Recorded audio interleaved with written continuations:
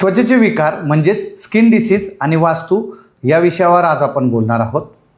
ज्यांच्या घरात त्वचेचे विकार जाणवतात अशा वेळी आयुर्वेदामध्ये त्वचा ही वायुतत्वाने बनलेली आहे असं म्हणतात. त्याला वात असे देखील म्हणतात. या वाताच्या प्रमुख 5 दिशा बघितल्या जातात वास्तूमध्ये.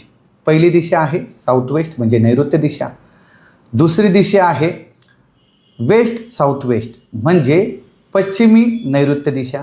तिसरी दिशा आहे वेस्ट दिशा म्हणजे पश्चिम दिशा. चौथी दिशा आहे वेस्ट नॉर्थ वेस्ट म्हणजे पश्चिमी वायव्य दिशा. आणि 5वी दिशा आहे नॉर्थ वेस्ट म्हणजे वायव्य दिशा.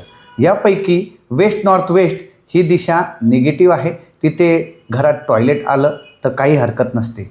परंतु बाकीच्या ज्या 4 दिशा आहेत या ठिकाणी अँटी एलिमेंट्स आणि त्याचे शेड्स आले तर, म्हणजेच जर वायुतत्वाचा रेक्टँग्युलर शेप किंवा ग्रीन कलर तिथे आला तर, आणि दुसरं म्हणजे ट्रँग्युलर शेप म्हणजे अग्नी म्हणजे लाल कलर तिथे आला तर, किंवा टॉयलेट जर त्या ठिकाणी आले तर तुमच्या घरात दोष तयार होतो आणि स्किन डिसीज किंवा त्वचेचे रोग जाणवतात.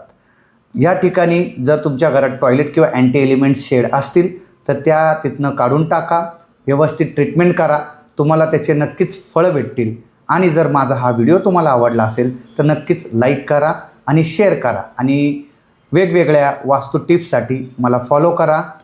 हरिओम.